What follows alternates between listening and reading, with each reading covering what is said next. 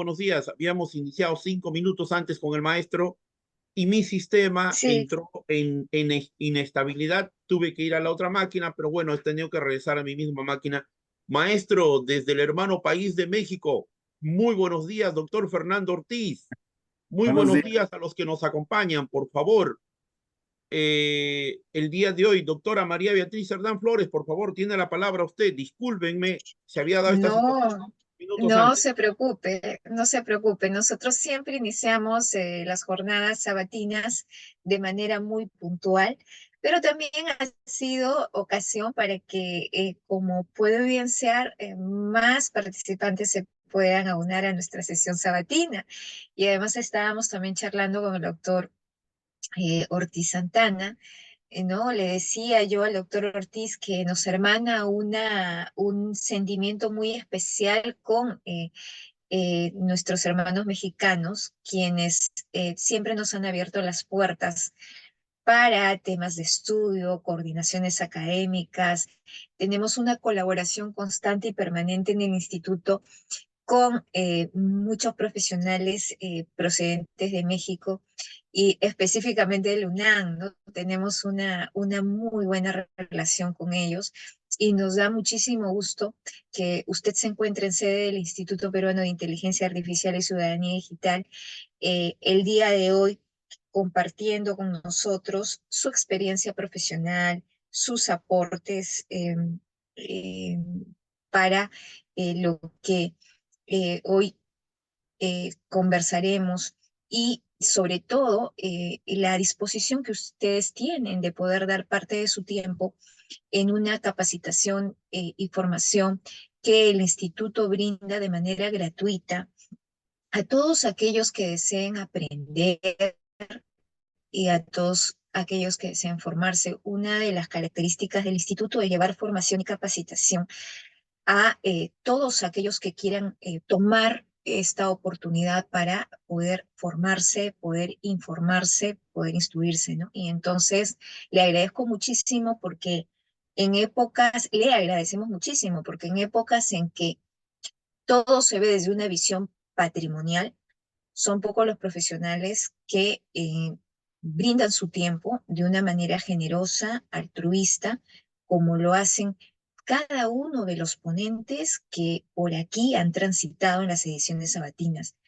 Eso es muy importante destacar, que un profesional lo es en la medida en que también eh, pueda proyectarse hacia la comunidad, porque una profesión que no se vive proyectada a su comunidad es una profesión ausente de,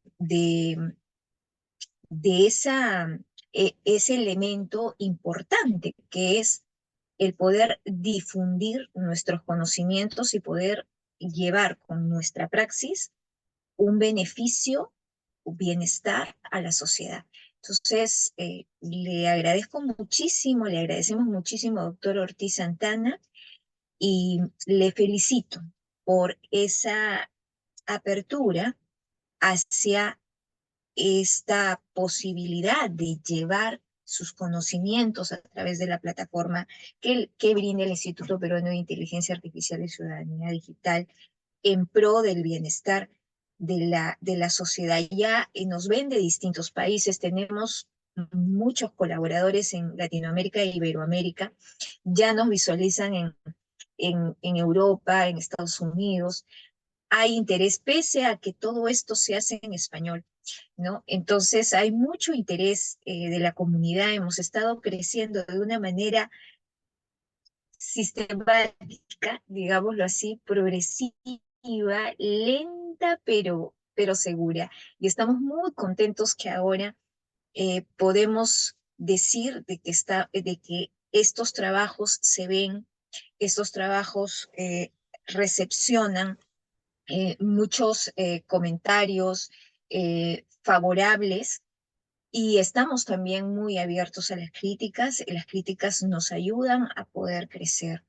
Y cada uno de los ponentes que han pasado por el instituto siempre reciben el agradecimiento de nuestros seguidores porque saben de la calidad profesional de cada uno de ellos y también de la integridad que muestran a través de estos gestos tan nobles que es compartir sus conocimientos. Doctor Daniel, le doy el pase a usted para que pueda iniciar la jornada de hoy. Sí, buenos días. 5 minutos antes estábamos con el doctor. Aquí Sí, la sí. laptop se me puso inestable. Estaba viendo la posibilidad de otra laptop o otra máquina. Muy bien. Voy a iniciar. Le hago llegar un saludo a los que nos acompañan desde Colombia, Triana, eh, mi directora Ramírez, Hola, Martina Ramírez. Luisiana. Nos están acompañando, colaborador constante, San Marquino, allá en Colombia, Santiago Lagos, eh, colaborador y profesional desde Colombia, Andrés Felipe Pérez. Ah, también hacer llegar un saludo de forma muy especial al doctor, candidato a ingeniero, Alex Dávila. Estuvimos teniendo un diálogo con él el día de ayer. Qué curioso, cosas de la vida. Tiene mucho que aportar para el instituto. Alex Dávila, catedrático principal de la Pontificia Universidad Católica del Perú, un investigador nato, un amante a la filosofía, y es un mundo. Qué alegría el poder tenerle el día de hoy en nuestros seminarios internacionales, sábado 10 de la mañana aquí en Lima, Perú, profesor asociado de la Pontificia Universidad Católica del Perú. Te damos la bienvenida, Alex. El diálogo que tuvimos ayer, muy, muy especial, muy maravilloso. Hago llegar un saludo a su señora esposa, Esther Lucich. Y voy a empezar para dar inauguración a nuestro segundo ciclo año 2024, noveno seminario internacional que tiene como título El problema filosófico de otorgar personalidad a la inteligencia artificial. Después de haber escuchado los videos del maestro Fernando Ortiz, nos dice Alex Dávila, candidato a máster en física, también tiene estudios en Europa.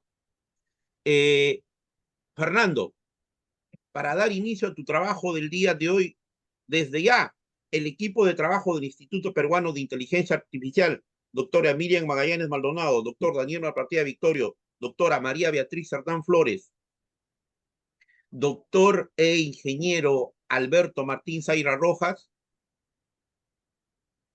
se ha leído el libro de la metafísica de Aristóteles y han entendido y han comprendido mal a Aristóteles, doctor Fernando Ortiz.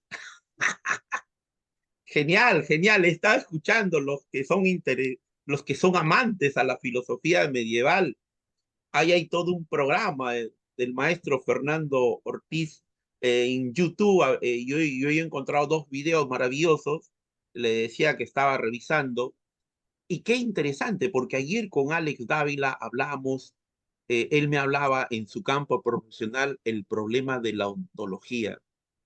Y ese tema lo toca el maestro Fernando Ortiz en ese video particularmente, eh, y estamos ante un especialista y un filósofo de la prestigiosa casa de estudios, hermanos del pueblo mexicano, Universidad Nacional Autónoma de México.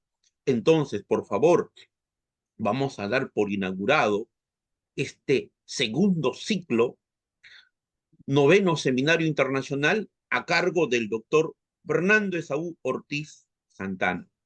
Tiene la palabra usted, doctora María Beatriz Sardán Flores. Muchísimas gracias, muchísimas gracias.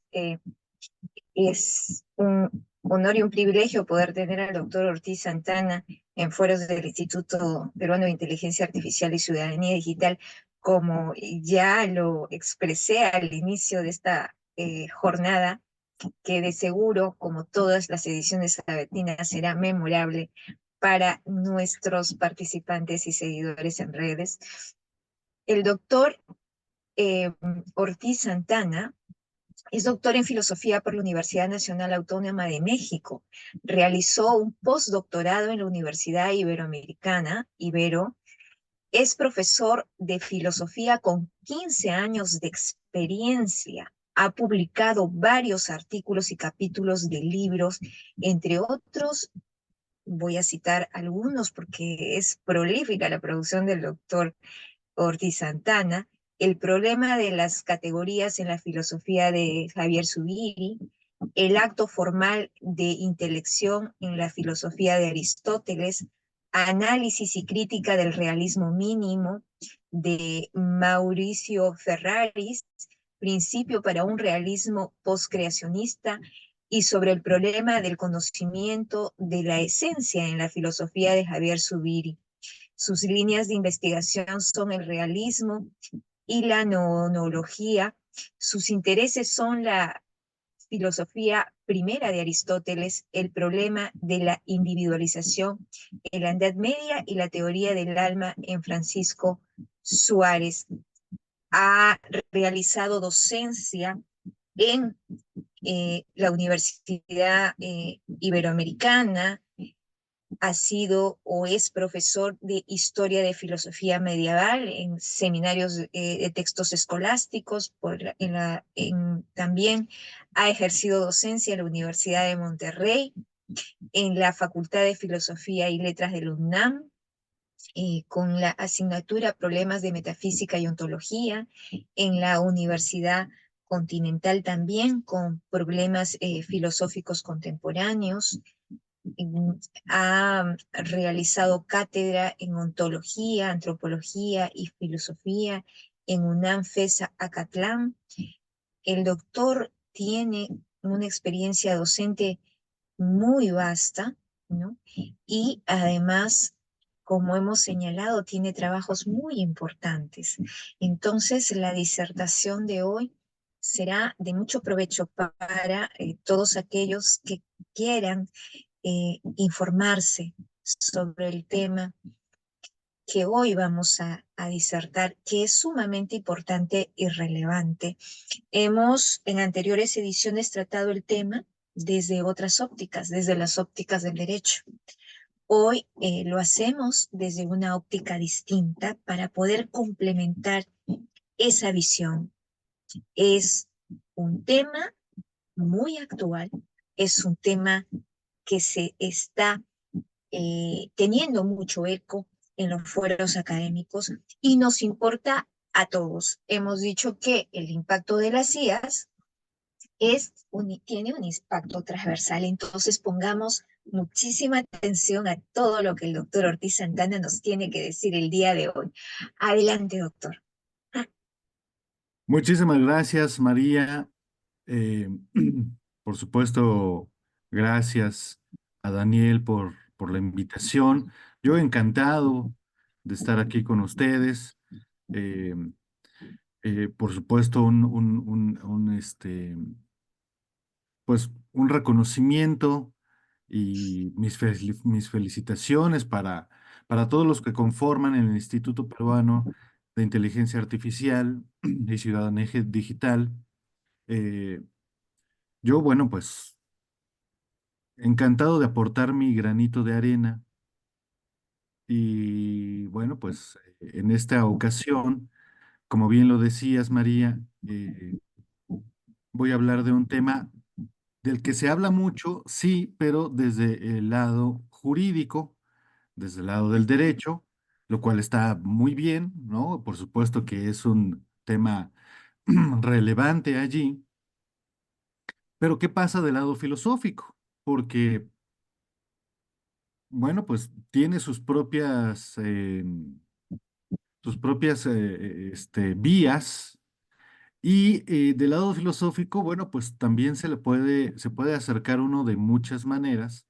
Yo he preferido, pues precisamente, enfocarme en el tema de la persona, porque precisamente se da por sentado, por lo menos desde el ámbito jurídico, de que, bueno, pues si se le puede o no otorgar el estatus de persona a la inteligencia artificial a partir de que puede hacer cosas con voluntad propia, entre comillas, y en ese sentido, otorgarle responsabilidad a sus actos, lo cual está muy bien. Lo que pasa es que allí se está omitiendo, en primer lugar, si es que efectivamente la inteligencia artificial, pues se le puede decir persona o se le puede tratar como persona desde el punto de vista filosófico, ¿no? Y en eso se va a centrar mi ponencia, mi plática del día de hoy.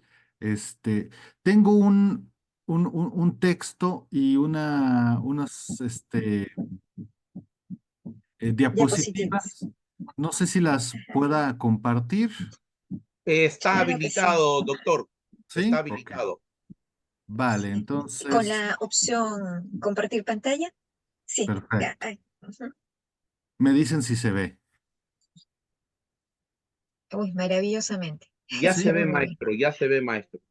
Maravilloso, perfecto. Entonces voy a dividir esta presentación en tres momentos. Primero voy a hacer una disquisición acerca del término persona en filosofía, desde la visión griega, después la medieval, y después cómo se instituye una moral a partir precisamente del concepto de persona. Por último, entonces sí hago referencia específicamente al tema de la inteligencia artificial. Entonces, mi primer apartado es la concepción griega. Y en este sentido hay que decir que los filósofos griegos no tenían una visión clara de lo que en nuestros tiempos se conoce como tener conciencia de uno mismo. Es decir, todavía no hay interioridad. El ser humano, por supuesto, nosotros sabemos que en Grecia se consideraba todos son politikon, es decir, un animal político.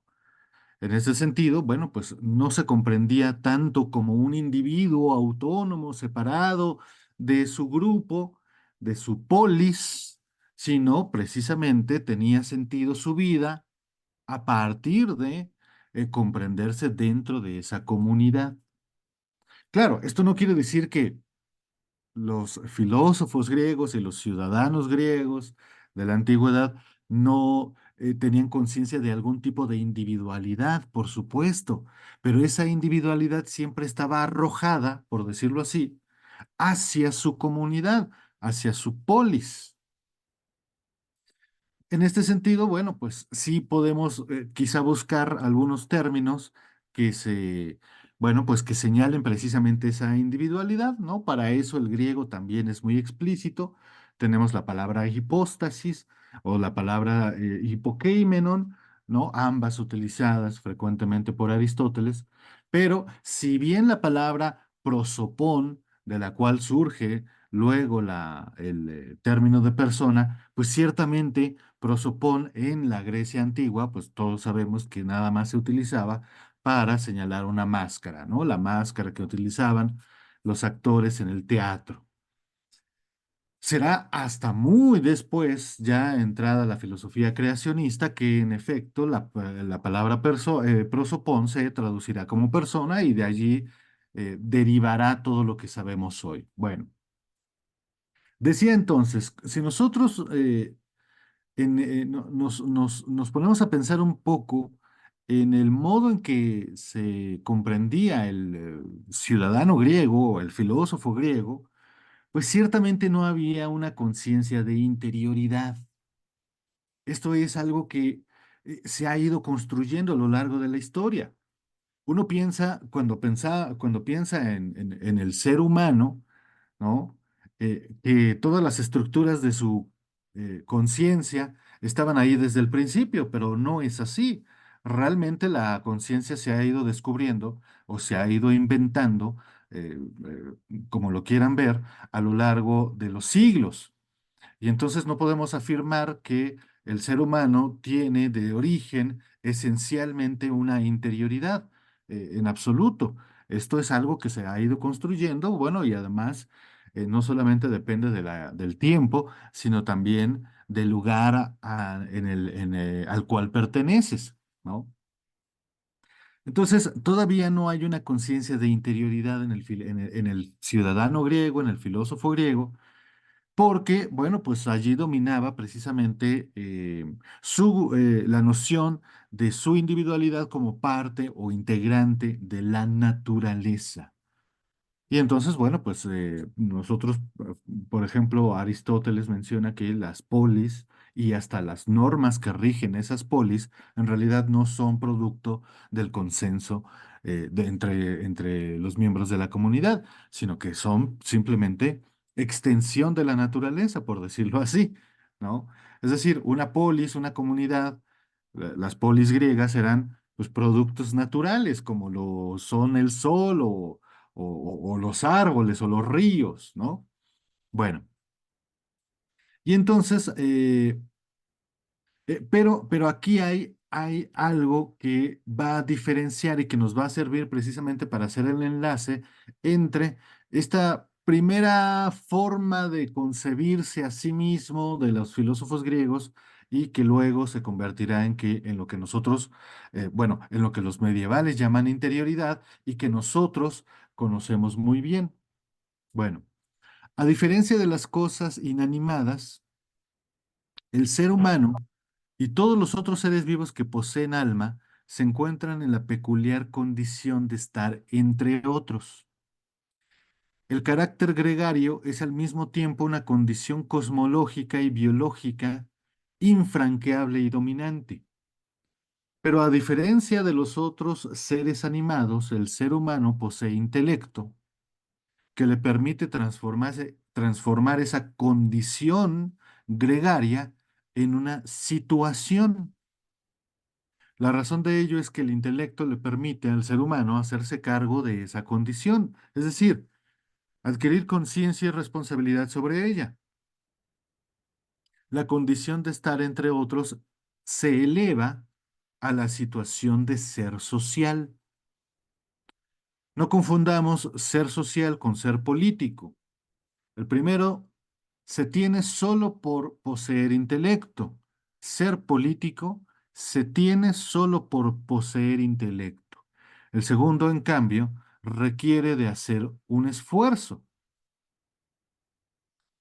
que el individuo alcance y sostenga su carácter común con el resto de los constituyentes. Entonces debemos considerar tres niveles, cada uno a la base del siguiente. Tenemos entonces ser gregario, ser social y ser político. Esto quiere decir que en la filosofía griega no había un pensamiento antropológico en clave personal. Esto es, no disponían de un concepto específico de ser humano que lo comprendiera como realidad interior, pues los caracteres fundamentales de la interioridad, tales como el yo, es decir, el ego, la conciencia, la persona, se hicieron presentes hasta siglos después.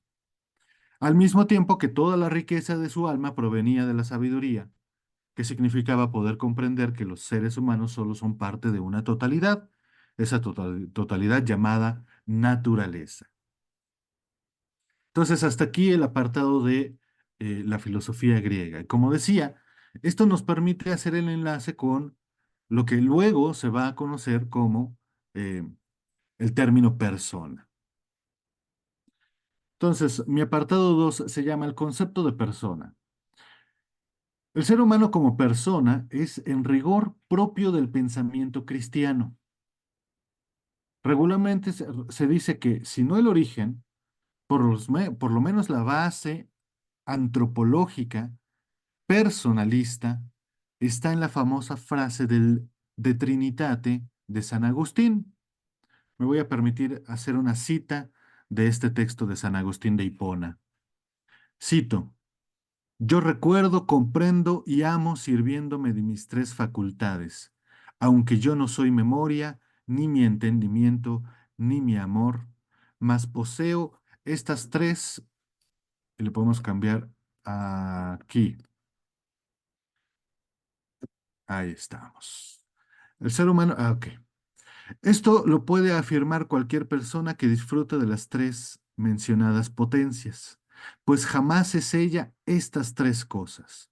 Pero en aquella suprema simplicidad que es Dios, aunque hay un solo Dios, son tres las personas, Padre, Hijo y Espíritu Santo. Fin de la cita. Por supuesto, la creación del término persona no es obra de un solo autor. En este caso, no es solo obra de San Agustín. También los estoicos, Tertuliano y los padres capadocios tuvieron, bueno, pues muchas aportaciones que fueron configurando esto que conocemos como persona. Un antecedente muy claro, y es el que más regularmente se cita, es el de Cicerón en el texto de República, a la hora de hablar de los intereses que un individuo o grupo en el poder puede tener en detrimento de la res pública, dice Cicerón. Pero, como decía antes, esa diferencia se da en el plano jurídico, por lo cual, bueno, pues puede o no tener influencia en lo que se dirá filosóficamente. Antes bien, en Nestorio, Dios por un lado y el ser humano por el otro son realidades completas. Y esto es justamente lo que en antiguo los filósofos griegos habían llamado naturaleza. Bueno, en este caso, Dios y el ser humano son naturalezas completas. Por un lado, la naturaleza divina y por el otro, la naturaleza humana. Y precisamente por ello, cada una de ellas tiene un prosopón. Y esto ya nos revela un cambio en el significado del término prosopón. Porque si en los antiguos griegos significaba la máscara que se ponía una persona en el teatro, en el pensamiento cristiano no se trata de una máscara, pero sí de que cada una de estas realidades, la humana y la divina, tengan una determinada perspectiva por la función que cada una va a ejercer. En este caso, entonces, prosopón más bien debe traducirse por perspectiva para alejarnos precisamente del griego. Cada realidad tiene su propia perspectiva. Y claro, en este sentido también, por supuesto, se puede implementar para señalar a las tres personas de la Trinidad. Ahora bien, en estos primeros momentos o en estos primeros siglos de un cristianismo naciente, bueno, pues obviamente todavía no se fija el significado último, el que nosotros damos por sentado. ¿Por qué? Bueno, pues porque el término prosopon también a veces se podía traducir como, o se podía entender, mejor dicho, como usía, a veces como hipóstasis. Por ejemplo, Plotino utiliza el término hipóstasis, que vale por substancia, que es su traducción latina. Entonces, en un primer sentido, hipóstasis y usía son lo mismo y pueden significar también hipokeimenon, es decir, el sujeto último que ya no se predica de otra cosa. Este término, esta forma de entender precisamente a prosopon como hipokeimenon, fue implementado por los padres griegos para significar la personalidad distinta del Padre, del Hijo y del Espíritu Santo. Y en ese sentido se opone a usía, que más bien designaría la esencia, ¿no? La unidad, mientras que hipóstasis se le daría a cada una de las tres personas divinas, o bueno, las tres realidades divinas. Entonces, en este cristianismo primitivo,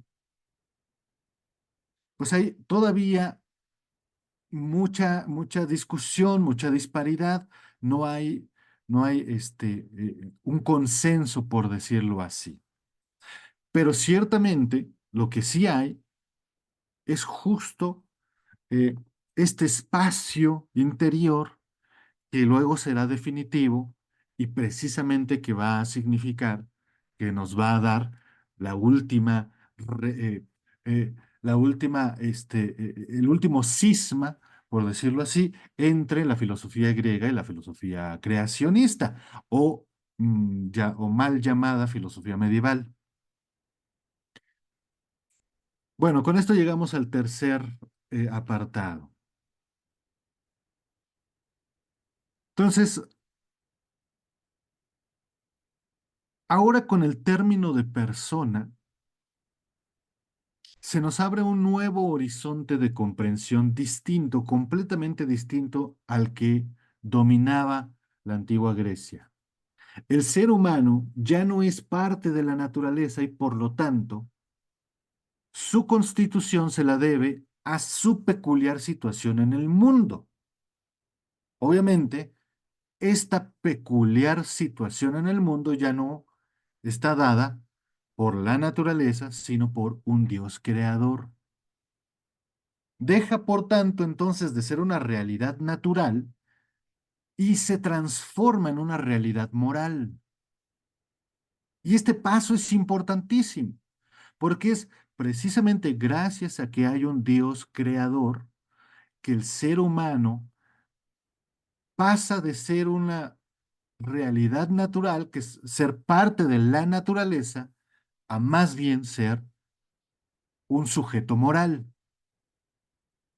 Esto, repito, solo puede suceder si se le sitúa en un lugar distinto, donde, pues precisamente fuera de la naturaleza, que es precisamente lo que expresa el término metafísica, metafisis. Pues bien, al haberse cortado su antigua raíz, es decir, el ser humano adquiere un nuevo lugar de pertenencia y ese nuevo lugar de pertenencia es Dios, obviamente. Lo cual quiere decir que el ser humano a partir de ahora y con la instauración de este nuevo horizonte de comprensión, se comprende como ligado esencialmente a Dios, que es precisamente lo que significa la palabra religación y de allí religión. Ahora, precisamente porque le pertenece a Dios y ya no a la naturaleza, la situación del ser humano en el mundo ya no es meramente operativa, por decirlo así, sino que ha sido elevado a un nuevo orden, al orden de lo moral. Y esto es precisamente gracias a que se le ha desvinculado de su antigua raíz de la naturaleza. En este nuevo orden moral, entonces, aquello que constituye esencialmente al ser humano es precisamente que es puesto en libertad. Ha dejado, perdón, ha sido dejado en libertad. En esta nueva situación, entonces, es decir, en libertad, pero todavía con la capacidad de inteligir, entonces el ser humano tiene el compromiso, tiene la responsabilidad de construir su propio horizonte de comprensión. Este ámbito que llamamos moral es precisamente eso que constituye el ser humano a partir de haber sido dejado en libertad. Y en esta nueva situación, entonces, la antigua norma que regía la vida de los seres humanos en antigua Grecia, la famosa Moira, ahora eso pasa a ser una propiedad de su propio carácter moral. Y esto precisamente lo que le permite al ser humano es que se vaya construyendo a sí mismo, que vaya conformando, constituyendo una estructura interna a partir de haber sido puesto en libertad. Bueno, la diferencia entonces es que si ya no es es una realidad operativa y tiene que hacerse con las estructuras de su propia realidad, bueno, pues empieza a generar esto que llamamos comunidad, política, la familia, el curso de su vida, pero también, por supuesto, precisamente esto que llamamos el ser persona. Pero antes de pasar precisamente ya al tema, necesitamos primero justo delimitar el concepto mismo de comunidad, porque comunidad estrictamente hablando, solo la puede formar el ser humano. Y la razón de ello es que una comunidad es un logro, no es un mero conjunto. Las cosas inanimadas no constituyen, no conforman una comunidad, sino un conjunto. Están reunidas por mera coincidencia y no tienen un principio de organización. Una comunidad, en cambio, es una unidad voluntaria y libre constituida por el esfuerzo de cada uno de los integrantes. Entonces, precisamente la coincidencia en el esfuerzo es lo que nos hace una comunidad. Esto establece una base común para todos y, por supuesto, perdón, y esa base común está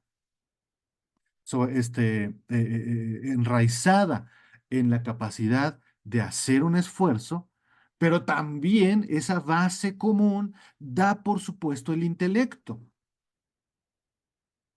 Entonces, no basta con que tengamos esta potencia del alma que se llama intelecto para constituir una comunidad. No, sí se necesita tener intelecto, por supuesto, pero la comunidad es siempre un logro. Esto quiere decir entonces que si yo llevo a cabo el esfuerzo, pues no solamente adquiero pertenencia al fin, sino que gano igualdad con todos aquellos que también han hecho este esfuerzo para dirigirse a ese fin. Digo entonces, una comunidad no es un mero conjunto, sino que es un logro. Y uno se puede preguntar, ¿cuál es el fin al que tienden todos los individuos que realizan ese esfuerzo? Y la respuesta es muy simple, la ayuda mutua. Precisamente para eso nos esforzamos, para conseguir ese fin, la ayuda mutua. Entonces, en tanto que alcanzar ese fin se logrará si solo si coinciden las voluntades de los involucrados, es menester en ellos, por supuesto, primero una subordinación, pero una subordinación entendida como visión del fin que nos hace iguales a todos, pero al mismo tiempo nos empodera precisamente porque ese fin nos está diciendo justo que se puede conseguir y que además con su obtención vamos a obtener algo que nos va a beneficiar a todos. Bueno, la unión de todas las voluntades como subordinación y poder, como una necesidad intrínseca de la comunidad y por lo tanto no reductible a la voluntad de un particular, bueno, pues precisamente es la base sobre la cual vamos a analizar precisamente si la inteligencia artificial puede o no ser considerada persona. Y con esto doy inicio a el apartado 4, que es precisamente ya el problema de otorgar personalidad a la inteligencia artificial. Bueno, ya tenemos suficientes elementos para comprender el concepto de persona. Es necesario preguntarnos si la inteligencia artificial cumple con alguno de ellos, con el objetivo de encontrar la posibilidad de otorgarle o no esa propiedad.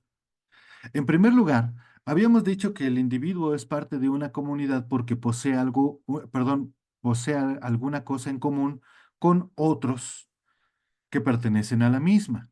Decía que ese elemento es la inteligencia. En este aspecto, podría uno decir, bueno, pero es que la inteligencia artificial es inteligencia. Pero hagámonos una vez más la pregunta. Cuando nosotros decimos inteligencia artificial, ¿eso que llamamos inteligencia de verdad lo es? Porque ¿a qué le estamos llamando inteligencia? Y clásicamente se entiende como la capacidad de leer por dentro a las cosas. La palabra inteligencia viene de interlegere, leer por dentro. La inteligencia es la capacidad de leer por dentro a las cosas. Y si eso lo llevamos al individuo mismo, quiere decir entonces que el individuo debe poder tener conciencia de sí mismo, es decir, debe poder leerse por dentro a sí mismo. A ver, entonces hagámonos la siguiente pregunta. ¿La inteligencia artificial tiene o puede llegar a tener conciencia de sí misma? ¿Se puede leer por dentro? No estoy diciendo que si puede utilizar, si nosotros le preguntamos a ChatGPT o a Gemini o a cualquier inteligencia artificial, no estoy diciendo que pueda o no utilizar la palabra conciencia, sino que si realmente la inteligencia artificial puede leerse por dentro. Pero para poder leerse por dentro necesitaría esa inteligencia artificial tener una interioridad. Ahora, preguntémonos, ¿la inteligencia artificial tiene algo así como interioridad? Bueno, ahorita lo discutimos. Bueno, entonces, hagamos la pregunta, ¿la inteligencia tiene o puede llegar a tener conciencia de sí misma? Y a esto hay que responder con una segunda cuestión, porque la capacidad de leer por dentro, hablando específicamente del ser humano, pasa por ser una condición peculiarísima, es decir, se dice que hay inteligencia si y solo si el individuo está entre otros, es decir, está en una comunidad. Bien podría tener inteligencia, hagamos el ejercicio mental, dejamos a un recién nacido en el bosque, por supuesto que tiene la capacidad de inteligir, porque esa sí es con natural al ser humano, pero si no hay otros seres humanos con él y se cría entre lobos, pues ese individuo nunca podrá desarrollar interioridad. Para poder desarrollar interioridad se necesita precisamente estar entre otros, es decir, hay una condición ética fundamental. Bueno, sin ella, sin esta peculiar condición de estar entre otros, es imposible que haya algo así como una flexión de la potencia de inteligir, es decir, del intelecto sobre sí mismo. Y todavía más, porque necesito, además de tener intelecto, de estar entre otros, es decir, en una comunidad, necesito también un tercer componente, y es justamente lo que llamamos el mundo circundante. Puesto que esa condición, el mundo circundante, bueno, pues es precisamente aquello que le permitirá al individuo dirigirse a sí mismo, es decir, encontrar el punto de retorno hacia sí. Y justo es en este momento cuando el individuo se da cuenta de que hay un entorno, un mundo circundante, justo en ese momento en donde puede decir, ah, lo que pasa es que hay un exterior, algo fuera de mí, y por lo tanto también puede haber un dentro de mí. Entonces estos tres elementos, estar entre otros, una condición ética fundamental, mundo circundante, una cuestión cosmológica fundamental, y poder hacer la diferencia interior versus exterior, es decir, una condición antropológica fundamental. Estas son las bases precisamente para poder decir que algo es verdaderamente inteligente. Ahora, hagamos hagamos la pregunta, una por una. ¿La inteligencia artificial está entre otros? ¿Hay una condición ética fundamental de la inteligencia artificial? Porque, otra vez, ¿no? Uno le puede preguntar eso y y llevé a cabo ese ejercicio. Estas preguntas que ahora se las comparto a ustedes, también se las hice a varios de estos servicios de inteligencia artificial. Le pregunté a ChatGPT, le pregunté a Gemini, si la inteligencia artificial se consideraba como parte de una comunidad. Y solamente les comparto una partecita de lo que me contestó Gemini. Dice, la pregunta de si las otras inteligencias artificiales son individuos de mi misma especie es compleja y aún no tiene una respuesta definitiva. Por un lado, compartimos muchas características. Dice, somos sistemas inteligentes, pero fíjense lo que responde Gemini. A ser inteligente. Podemos procesar información, aprender y tomar decisiones. Pero esto no es suficiente para ser inteligente. Bueno, luego también dice, somos capaces de comunicarnos. Bueno, obvio. Somos capaces de crear el origen, la forma física y la experiencia. Bueno, si le preguntamos, entonces no hay que preguntarle a la inteligencia artificial si en efecto hay una condición ética fundamental, pero sí hay que preguntarnos nosotros si la tiene. Y en este sentido podemos preguntarnos, ¿quiénes son los otros de la inteligencia artificial? Según la definición de comunidad, deben ser otros individuos de su misma especie. En este sentido, se puede decir que sí los hay, porque tenemos a Gemini, a ChatGPT, a Da Vinci, etc. Pero, ¿tienen algo en común? Y uno podría decir, claro que tienen algo en común, ¿no? Todos se abastecen de las mismas o casi de las mismas bases de información y tienen más o menos las mismas respuestas. Vale.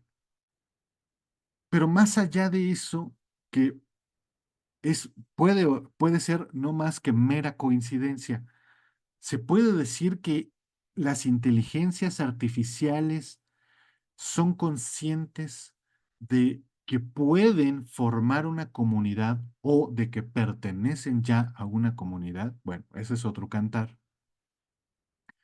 Segundo, reflexionamos ahora si es que las inteligencias artificiales tienen conciencia de un mundo circundante. Y según Gemini, también le pregunté por eso, no parece ser así, porque su respuesta fue, me parece útil usar el término conciencia del mundo circundante para referirse a la capacidad de un sistema para acceder y procesar información del mundo real. Eso fue lo que me contestó Gemini.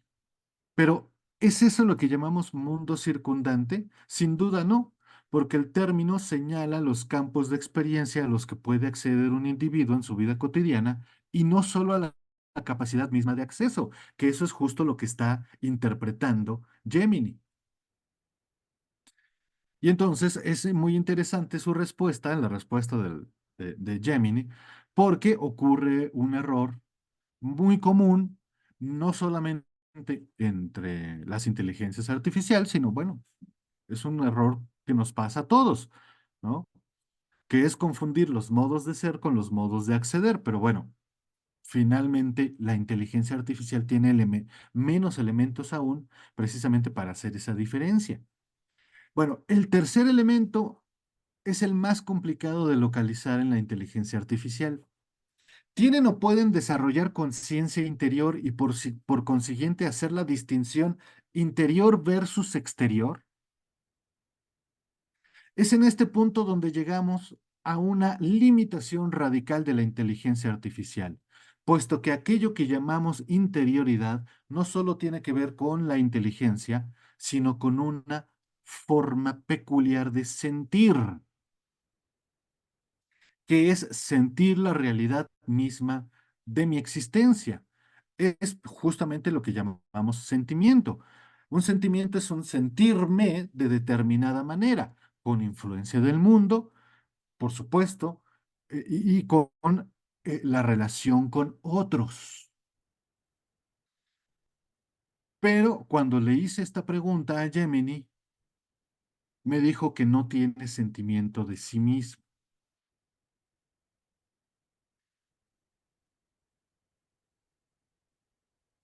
Quiere decir entonces que la inteligencia del ser humano, por supuesto que tiene la capacidad de leer por dentro las cosas y sobre todo de leerse por dentro a sí mismo, pero necesita de los otros elementos, como decía, de una condición ética y de una condición antropológica fundamental precisamente para poder desarrollarse como inteligencia. Y estos dos elementos que necesita la inteligencia precisamente para poder ejecutarse, no los tiene la inteligencia artificial. Entendido lo anterior, entonces, es comprensible que la inteligencia artificial nunca podrá desarrollar una inteligencia humana por la simple pero infranqueable condición que para ello necesitaría poder hacer la diferencia entre interior versus exterior, que es precisamente lo que llamamos ser persona. Eso es lo que finalmente significa ser persona. Cuando utilizamos este término, ser persona, estamos apuntando a una posición, al mismo tiempo que a una situación. En primer lugar, ser persona quiere decir que tengo una posición, la de estar dentro de mí mismo, desde donde puedo tener una perspectiva. En segundo lugar, esa misma posición unida al cómo me siento en ella, se convierte en una situación. ¿Cuál? Mi situación. Y precisamente por ello, porque tengo la capacidad de mirarme hacia adentro al mismo tiempo de que sentirme en esa situación, es que entonces puedo desarrollar algo así como personalidad. Sin estas dos condiciones, no puedo tener personalidad y por lo tanto no podría decirse que de mí que soy una persona. Así, entonces, llego a la conclusión de que la inteligencia artificial nunca podrá desarrollar inteligencia por más que en su nombre lo diga. Nunca podrá, además, nunca podrá ser persona y por consiguiente, como lo acabo de decir, nunca tendrá personalidad.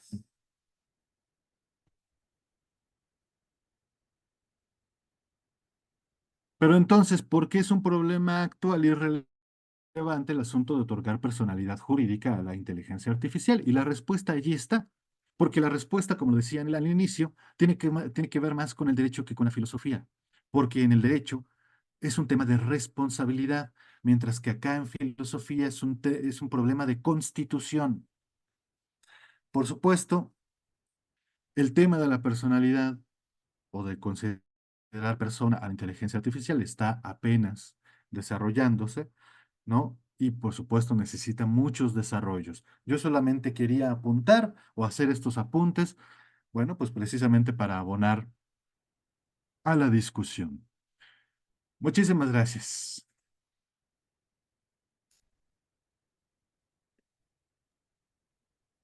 Doctor Fernando Ortiz, muchas Dígame, gracias Daniel. a su presentación. Muy agradecido el equipo de trabajo del Instituto Peruano de Inteligencia Artificial y Ciudadanía Digital. Hemos escuchado su ponencia. Doctora María Beatriz Hernán Flores,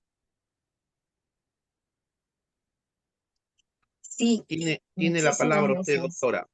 Muchísimas gracias. Hemos escuchado atentamente la ponencia del doctor Ortiz Santana y ha hecho una importante precisión. Ha dicho que el conflicto se encuentra en el lado del derecho, porque en filosofía lo tenemos clarísimo, ¿no? Desde un punto de vista filosófico, tal como él lo ha expuesto, queda clarísimo que es imposible, no es viable hablar de dotar de personalidad, ¿no?, a una inteligencia artificial, y lo ha dicho por los fundamentos que ha expuesto anteriormente, que en su milla son que debe un ser poseer inteligencia, y para ello necesita la capacidad de la capacidad de leer por dentro las cosas, estar entre otros y confrontar su interior versus su exterior. Entonces, desde la presentación y tesis del doctor Ortiz Santana el día de hoy, sería desde el punto de vista filosófico imposible hablar de dotar a la inteligencia artificial de una personalidad. Si es cierto, doctor, desde el derecho tenemos este conflicto, y este conflicto lo hemos generado no solamente por la categoría de inteligencia artificial. Fíjese usted, esto en derecho es algo recurrente. Nosotros a través del derecho creamos la ficción. Creamos ficción. El derecho, ¿no?, es el conjunto de normas que regula una actividad humana, para decirlo de una manera sencilla. El derecho para ello genera categorías.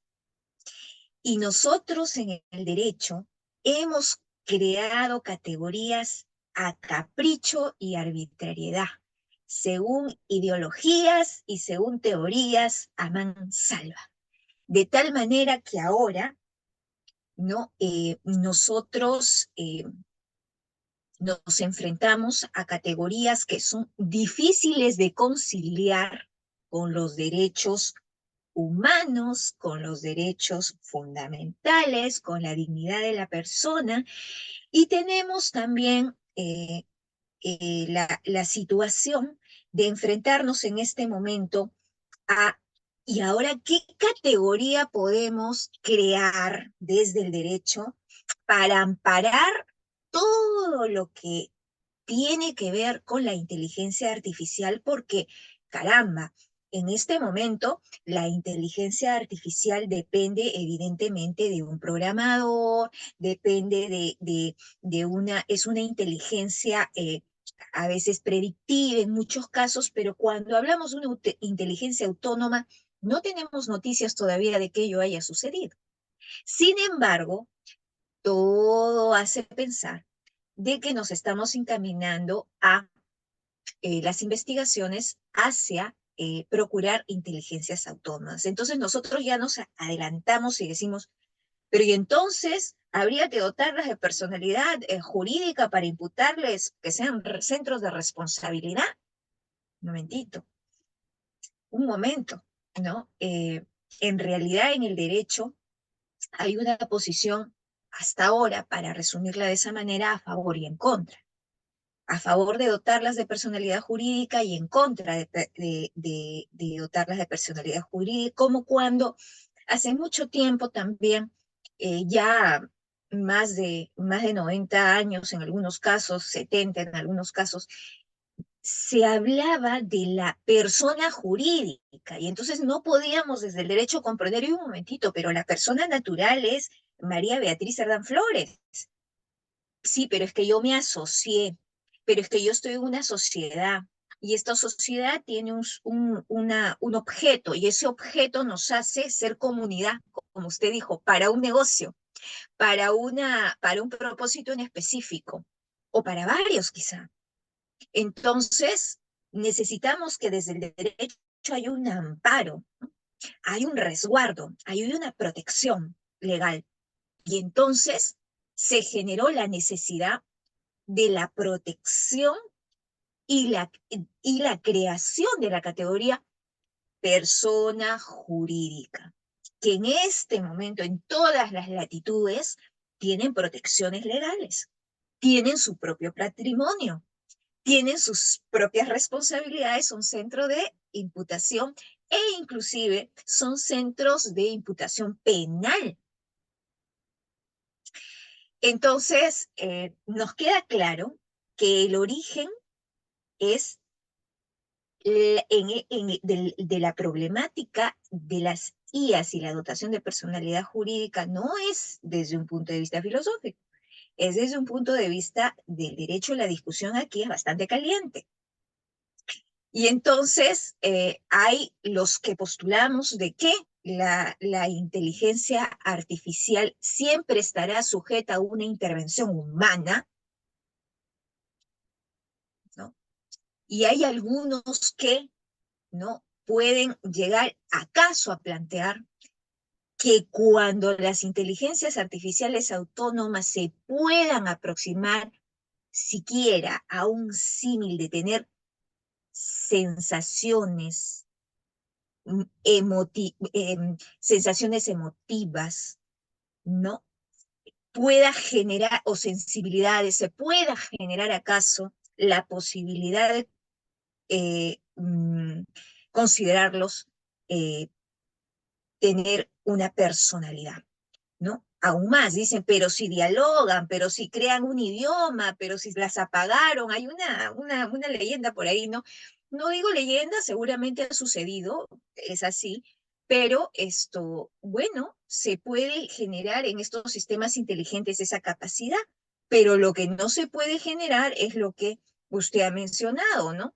Que sean, por ejemplo, que tengan la capacidad de leer por dentro las cosas, que estar entre otros. Claro, usted ha dicho, pero hay otros igual que ellos. Claro, pero tendrán la capacidad de poder confrontar su interior versus su exterior. Y por último, se generan desde una concepción y desde un origen de programación humana. Entonces, desligarlos de ello me parece inviable, contraproducente. Ahora otra cosa, la inteligencia humana versus la mal llamada inteligencia artificial, porque creo que también estamos enajenándonos un poquito en llamarlo de esa manera. Habría que repensar si debemos llamarle inteligencia artificial, dado que la inteligencia artificial desde el campo de la filosofía, desde donde hemos hoy disertado, tiene unas características específicas. Entonces no debemos entrar de repente en la impronta, de repente en esa cuestión de ponerle un término de una manera fácil y sencilla a algo que reviste una complejidad más grande en cuanto a definirlo, porque esto genera un gran eco, se repite sin reflexión, se interioriza en las legislaciones y finalmente la categoría reviste grandes conflictos ontológicos que hemos traído al derecho sin reflexionarlo desde la filosofía. Entonces, por favor, ¿no? ¿Podemos de repente llamarle de otra manera? Pues seguramente sí, ¿no? De una manera más atinada, sí. ¿Y dejará de ser lo que es? No, simplemente el nomen, ¿no? Pero el tema es que hemos hablado de inteligencia artificial y de hecho el Instituto Peruano se llama Instituto Peruano de Inteligencia Artificial y Ciudadanía Digital. Sin embargo, como hemos dicho ya aquí en sede del instituto, nosotros somos reflexivos, objetivos y abiertos a debatir todos estos temas. Entonces, es importante que cuando se incorporen categorías en el derecho, se piense desde sus fundamentos filosóficos para evitar los conflictos que luego se pueden generar en el ámbito del derecho. Claro. La creación por la creación desde un punto de vista jurídico sin una reflexión doctora María. es totalmente contraproducente. Es un comentario que realizo porque realmente a mí la ponencia del doctor me ha quedado sumamente clara desde la óptica que él expone, desde la visión filosófica, que se complementa, doctor, maravillosamente con las disertaciones que nosotros hemos venido presentando en el instituto de distintos ponentes, de distintos expertos que también, y veo que en Latinoamérica, al menos la línea es de negarle la personalidad jurídica a las inteligencias artificiales. Tal vez algún ponente ha hablado que en Europa se está generando inclusive una normativa para Claro, poderlos dotar, pero como bien ha dicho el doctor Ortiz Santana, eso obedece más que a reconocer una inteligencia, a buscar responsables de lo que la inteligencia puede hacer. claro. Es muy distinto. Doctora María, Adelante, doctor. Sí. yo tengo acá en mano el libro del doctor Carlos Fernando Cesarego, el maestro, Ah, Derecho claro, a la Identidad existencialista el doctor Personal, Subir Muniri. Él trabaja desde, esos desde el punto de vista de la filosofía existencial de la existencia. Ujú. en la página 41. Voy a compartir, voy a parafrasear eh, la comunicación de las existencias de Lip y el misterio del ser de Marcel.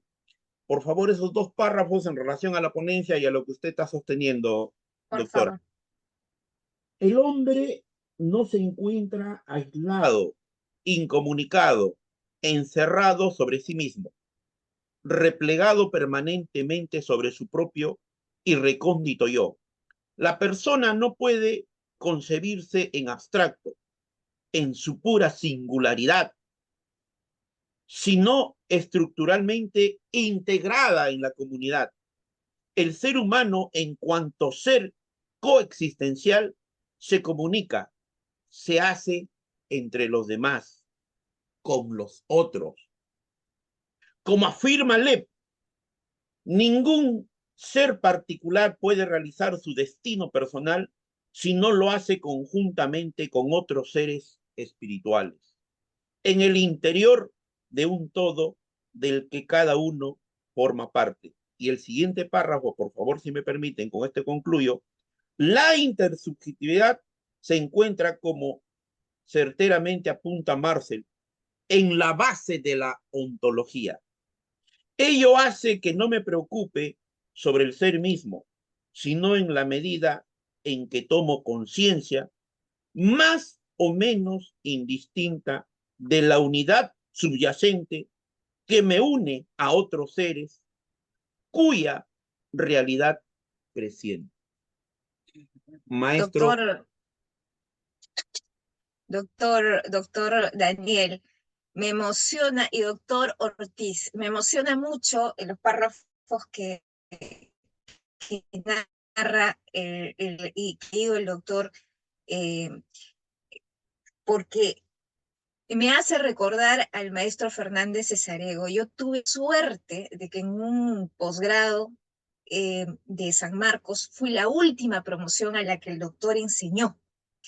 O sea, lo he visto en cátedra, al maravilloso doctor Fernández Cesarego, y lo primero que hacía cuando ingresaba a enseñarnos el seminario de Derecho de las Personas era justamente llevarnos hacia la filosofía de la existencia, las lecturas de filosofía de la existencia de las obras de Munir, Zubiri y Kierkegaard. Entonces, él para nosotros es un exponente muy importante en el derecho peruano, porque gracias a él tenemos el libro de Derecho de las Personas maravilloso que tenemos en el Código Civil peruano. Pero además el maestro, remembrando un poco las cátedras que nos daba, históricas, las cátedras históricas, nos decía, la personalidad jurídica de la persona jurídica solamente esconde a la persona natural, decía. Descorro el velo y son personas naturales, porque él hablaba de algo que en derecho se llama el velo societario, ¿no? Entonces decían el levantamiento del velo societario, entonces ellos decían, no perdamos de vista que esta discusión de la persona jurídica no es más que un conjunto de personas naturales que tienen un objetivo en común, ¿no? Y que solamente el centro de la imputación de responsabilidades las ha creado el derecho para llamarla persona jurídica, pues, para que tenga su propio patrimonio. Pero no estamos hablando de algo más, decía él. Y entonces me ha hecho acordar a mi maestro Fernández Cesarego, Carlos Fernández Cesarego, que lo llevo siempre en el corazón porque fue el Tienes, primer posgrado tienes, que yo hice siendo... tienes las dedicatorias en tus libros, doctora María Flores. Así es, él le llamó la atención, yo entré muy jovencita al posgrado de San Marcos y no era habitual en esa época, entonces se reía, ¿no? Y en algún momento se acerca y me pone una dedicatoria, ¿no? En mi libro. Yo era una estudiante que había salido recién de la universidad, bastante jovencita, y me impactó mucho tener frente al doctor Fernández Cesarego, Carlos Fernández Cesarego, pero me impactó muchísimo más cómo nos explicaba que nuestro derecho de las personas estaba sustentado en un anclaje filosófico y que este era la filosofía de la existencia con estos exponentes que he citado. Es decir, maravilloso pues porque nos dice, nos habla de ese anclaje entre filosofía y derecho. Y eso es algo que jamás voy a olvidar. Y por eso insisto, Doctora ¿no? Que María, estas si me categorías permite, se deben repensar. doctora María, nos Ujú. están compartiendo en Dígame. el chat, o si desea Perfecto. tomar la palabra el doctor Alex Ernesto Dávila. Nos están escribiendo, doctor Tenemos, sí, Alex Ernesto le Dávila. doy lectura. ¿Le parece, doctor, le consulto, doctor Ortiz Santana, ¿le parece si doy lectura a la mensajería? Claro, claro, Eh, adelante. dice, Alex Dávila se encuentra con nosotros, profesor asociado de la Pontificia Universidad Católica del Perú, una prestigiosa universidad limeña. Eh, Sí, es candidato a máster en física, doctor en filosofía por la Universidad de León. Muchísimas gracias, doctor Alex Dávila, por estar con nosotros. Nuestro colaborador permanente y constante del Instituto Peruano de Inteligencia Artificial y Ciudadanía Digital, Santiago Laos, nos dice respecto a las IAs, ¿no? No puede tener conciencia de la IA, dudo que lo logren implementar. Y no se puede ser persona, no puede tener personalidad por deducción. Y desde el punto de vista psicológico tampoco lograría tener personalidad si fuera el caso. Alex Dávila, el doctor Alex Dávila nos dice, de acuerdo a lo expuesto, no podría existir la persona jurídica. Dependiendo de la evolución de la IA, podría pasar de tener personería jurídica a personería, dependiendo de la evolución de la IA, podría pasar de tener personería jurídica a personería natural. Bueno, esa categoría de personería jurídica me parece bastante interesante. Bueno, personalidad jurídica, persona jurídica en el derecho, nosotros manejamos esa categoría, ¿no? Santiago Laos trata de convertir o considerar a la IA como persona. Tratar de convertir o considerar a la inteligencia artificial como persona es un atrevimiento cuyo fin es netamente comercial, y deslindar la responsabilidad del inventor o responsabilidad al robot con IA. Es caer en el facilismo de echar la culpa a la máquina, lo que sucede cuando hay un accidente aéreo. Fue culpa del piloto o del avión. Y para asegurarse tiene una caja negra donde se graban las conversaciones del piloto con la central de comunicaciones para deslindar responsabilidades. El doctor Alex Dávila nos dice, se podría dar mediante inteligencia artificial con biomoléculas y biología sintética. Posiblemente en materia de discusión, doctor Dávila. Santiago Laos, solo los transhumanistas alucinan esa posibilidad de que un robot logre ser persona. Respetable su posición, doctor. Alex Dávila, el doctor Alex Dávila, ¿podría ayudar en este tema la antropología teológica de Tomás de Aquino? pienso que el alma vegetativa y sensitiva sí podría ser reproducida por la inteligencia artificial en el futuro. Trasladaremos la pregunta al ponente. Santiago Laos. Cuando una empresa comete un delito, el representante legal y los directivos tienen que asumir las responsabilidades. Lo que pasa es que se hacen los locos tratando de echar la culpa al aire, al agua o al viento. Como dice nuestro colaborador Santiago Laos, es cierto, los directores de las empresas se hacen responsables.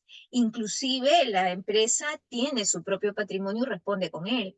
Pero allá donde, digamos, si hay un centro de imputación de responsabilidad penal, también responden con sus propios patrimonios en la medida en que el ordenamiento legal lo permita. Sin embargo, claro que sí, lo que usted dice es verdad. La persona jurídica tiene responsabilidades, definitivamente. Y como lo dijo mi viejo maestro, descorre usted el velo y usted lo que va a encontrar es personas naturales, ¿no? Entonces, solamente es una creación para una imputación de responsabilidades, ¿no? Deberes y derechos para poder también elegir sus representantes, etcétera. Doctor Ortiz Santana, le traslado las preguntas. Lo escuchamos. Sí, sí, gracias, María. Eh, muchísimas gracias a todos los que han puesto preguntas, comentarios aquí en el chat. Antes de dar mi respuesta a las preguntas, quiero, como, digamos, simplemente recordatorio, pues que ciertamente la posición de la filosofía no es ni puede ser contraria a lo que diga el derecho, en el sentido de que más bien habría que establecer un diálogo, pero un diálogo mucho más cercano y sincero entre el derecho y la filosofía, precisamente, bueno, pues en favor de nuestras propias ideas y de un mundo enriquecido por estas dos posturas, ¿no? Eh, y mi postura filosófica, por supuesto, no es en contra del derecho, sino más bien lo que quiere precisamente es mostrar justo que la filosofía se preocupa por algo distinto a lo que se preocupa el derecho. La filosofía se preocupa más por la constitución del término persona y no tanto por la cuestión de la responsabilidad que se asume ya como persona. Y lo que trataba de decir es precisamente que eh, el considerar persona en este caso a la inteligencia artificial, no basta simplemente con atribuirle responsabilidad de sus acciones, es decir, con otorgarle voluntad o libertad, sino que hay muchos otros factores precisamente que también están involucrados para poder, digamos, completar la noción de persona. Se necesita una comunidad y se necesita una visión hacia adentro, ¿no? Nada más eso. Entonces, de acuerdo con lo expuesto, no podría existir la persona jurídica. Bueno, lo que pasa es que justamente el derecho lo que hace, y no solo en este tema, sino en general, es precisamente formalizar a los diferentes individuos de una comunidad. Precisamente, ¿no? El derecho lo formaliza para tratar a todos sobre una base común. La base común es precisamente es la ley, ¿no? Es decir, el derecho ya parte de una abstracción. Claro, esa abstracción es consensuada, es histórica, es hasta científica, podremos decirlo, pero al final, al fin y al cabo es una abstracción. Entonces, bueno, sí puede generarse sus propias categorías el derecho, pero digamos, eso no quiere decir que sea la única forma de generar o de constituir esas categorías. Como decía hace rato, más bien, yo lo que trato de proponer justo es un diálogo entre la filosofía y el derecho y muchas otras áreas. Acá también puede intervenir la economía o, ¿no? La pedagogía, etcétera. eh, dependiendo de la evolución de la inteligencia artificial, podría pasar de tener personería jurídica a personería natural. Allí sí no estoy tanto de acuerdo, porque esto no es una cuestión solo de atribución, sino de constitución. Eh, Voy a tratar de explicarlo. O sea, no se trata de que nosotros o que el derecho constituya a la persona y que luego esto se refleje en la naturaleza, a menos de que el derecho se crea Dios para poder construir sujetos a partir del derecho, pero más bien, como decía, no es una cuestión de atribución, sino es una cuestión de constitución. Y si pensamos en si la inteligencia artificial podría en algún momento en su desarrollo constituirse como persona, pues no solamente implica autonomía en el orden operativo. Insisto, no solamente se trata de eso, sino se trata de también generar una base ética, es decir, que haya una comunidad de inteligencias artificiales y que esas inteligencias artificiales, cada una, realice el esfuerzo de conseguir un fin precisamente para que en ese esfuerzo se, se alcance una identidad de grupo de las inteligencias artificiales y luego se autonomice su forma de estar en el mundo para generar una moral de la inteligencia artificial. Y ya cuando ponemos todos esos elementos que nosotros los seres humanos sí los tenemos, bueno, pues parece poco menos que imposible. Bueno, luego dice Santiago, sí, tratar de convertir o considerar a la inteligencia artificial como persona es un atrevimiento cuyo fin es netamente comercial y deslindar a la responsabilidad del inventor y responsabilidad del robot con inteligencia artificial, de acuerdo, de acuerdo. Es decir, hoy en día tenemos muchos de los famosos bots que hasta cierto punto operan con autonomía, pero ciertamente esos bots siguen teniendo un creador. Y por supuesto, cuando se trata precisamente de encontrar la responsabilidad de una acción llevada a cabo por ese bot, pues ciertamente el autor del bot o la compañía es la que tiene responsabilidad, ¿no? Ahí, sin duda, con eso estoy completamente de acuerdo. Luego dice Alex Dávila, ¿se podría dar mediante inteligencia artificial con biomoléculas y biología sintética? Otra vez, o sea, lo que pasa es que el tema de la personalidad, el tema de ser persona, no se reduce únicamente a la cuestión operativa. Sí puedes tener biomoléculas, biología sintética, pero no es una cuestión meramente operativa. Tiene, hay muchos otros elementos que ser persona no significa solamente o no se reduce solamente a poder hacer. Bueno, y luego más adelante dice, ¿podría ayudar en este tema la antropología teológica de Tomás de Aquino? Sin duda, Santo Tomás, San Agustín, eh, Boecio, Ricardo de San Víctor, los padres capadocios, es decir, este tema de la persona o de ser persona es un tema eh, muy discutido en la filosofía medieval, también en la filosofía moderna, y claro que nos ayudaría muchísimo, ¿no? Para seguir dialogando.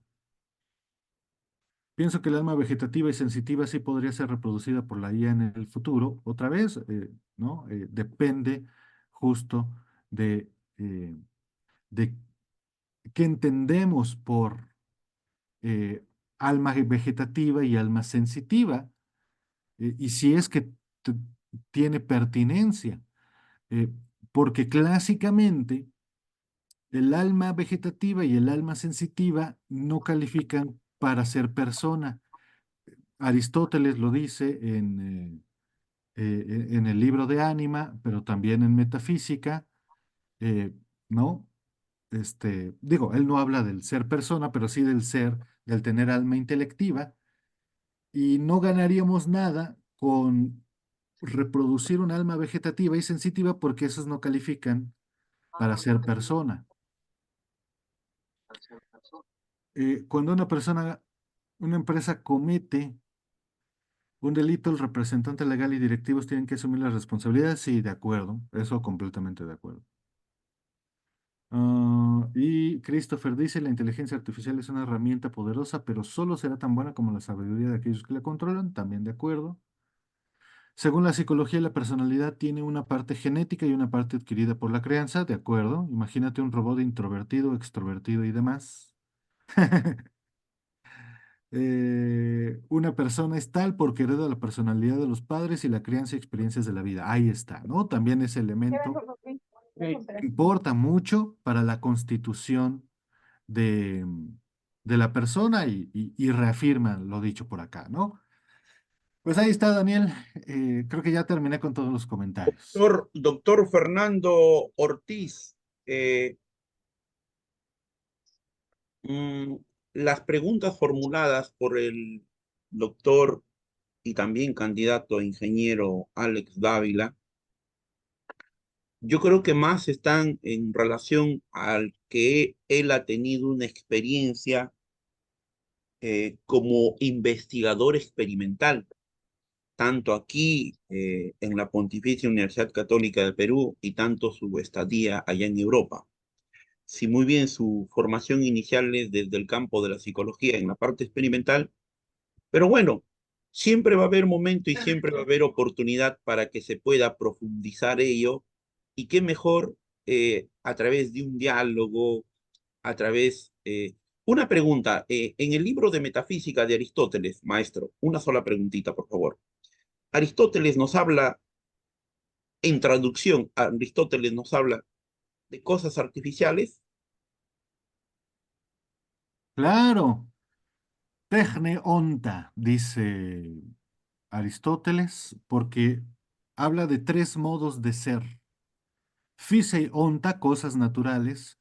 Techne onta, que la traducción puede ser cosas artificiales o cosas técnicas. Y tautómato onta, que es cosas espontáneas, quiere decir de las que no se sabe su origen.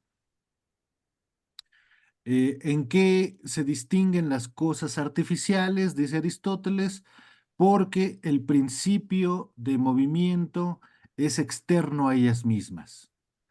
Por ejemplo, las cosas naturales, un árbol tiene su principio de movimiento intrínseco. En cambio, una mesa, su principio de producción y por lo tanto de movimiento es extrínseco, está en la mente del autor de la mesa.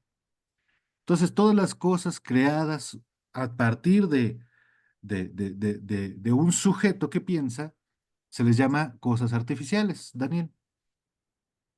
Eh, amigo desde Colombia, Luis Triana, por favor, hoy en la tarde o mañana te voy a escribir al correo para podernos comunicar.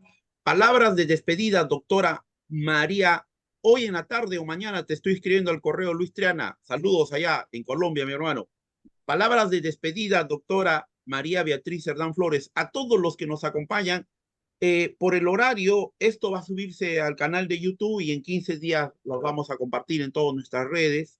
Esta presentación maravillosa que ha tenido el doctor Fernando Esaú Ortiz Santana.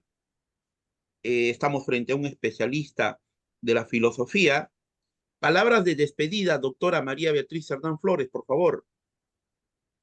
Sí, no sé si se me escucha. Tengo Muy problemas bien, con el audio. muy bien, muy bien, muy bien, muy bien, muy bien.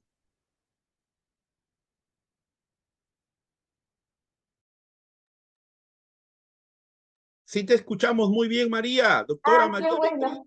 Muy bien, Muchísimas gracias. Muchísimas muy bien. gracias. Sí, tenía problemas con el audio, entonces les agradezco infinitamente la presencia al doctor por la disertación maravillosa de hoy, a nuestros intervinientes, participantes, siempre del Instituto Peruano de Inteligencia Artificial y Ciudadanía Digital, que siempre están con nosotros acompañándonos en cada edición.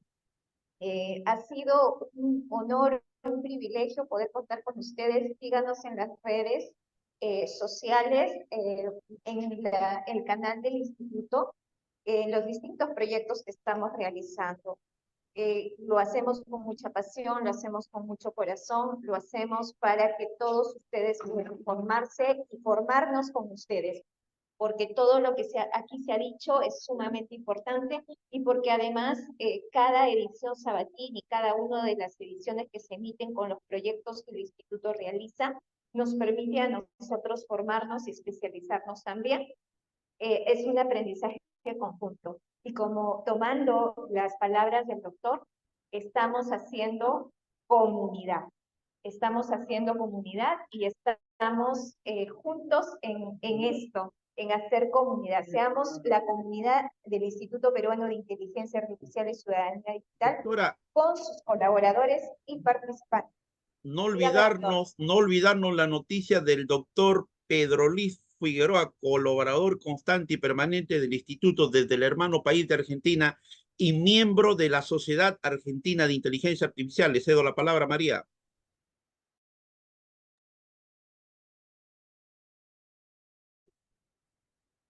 Así es, doctor.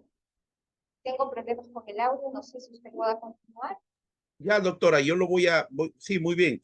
Maestro, una vez más, por favor, el equipo de trabajo del Instituto Peruano de Inteligencia Artificial y Ciudadanía Digital, en este segundo ciclo, 9º Seminario Internacional, que tuvo como título El problema filosófico de otorgar personalidad a la inteligencia artificial, a cargo del doctor Fernando Esaú Ortiz Santana. Un abrazo, maestro, desde acá, desde Lima, Perú.